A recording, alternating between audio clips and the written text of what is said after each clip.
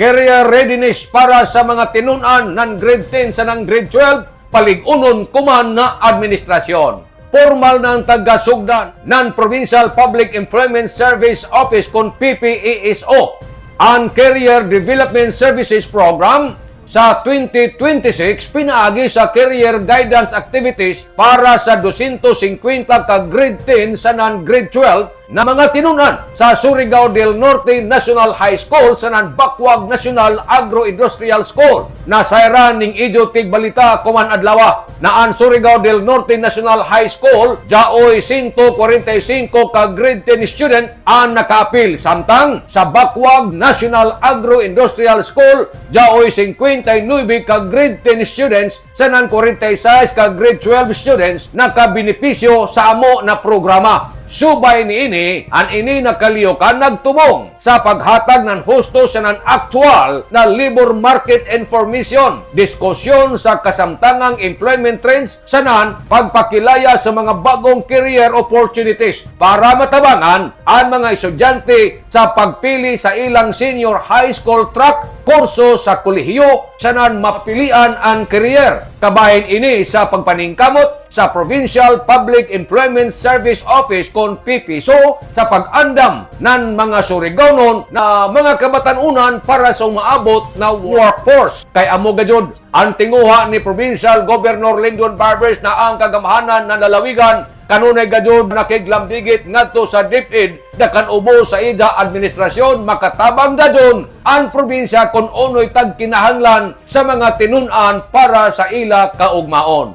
Tagpahigajon ang aktibidad sa pakigtambayayong sa DepEd Surigao del Norte Division sanan sa mga municipal PISO offices nagsilbi ini na isip opisyal na kick-off sa CDSP 2026 nga nagpalig-on sa interagency cooperation sa paghatag ng career guidance services sa kabatan-unan sa ato probinsya. Pinaagi sa CDSP 2026, wayay hunong ang pagpangalagad ng Provincial Public Employment Service Office kon PPSO sa mga kahigayunan para sa mga kabatan-unan na makapili ng husto andam sa nanlig-o na dayan pasingod sa kaugmaon. Ini na programa taglusad niadtong Enero 28 hangtod sa petsa 29 ning tuig 2026. Nanukad gikan diri sa Kapitolyo ini si Maritziners Marcon Vlogs. Mario Kunali simulan mula ang salamat. Marajaw na adlaw natong tanan.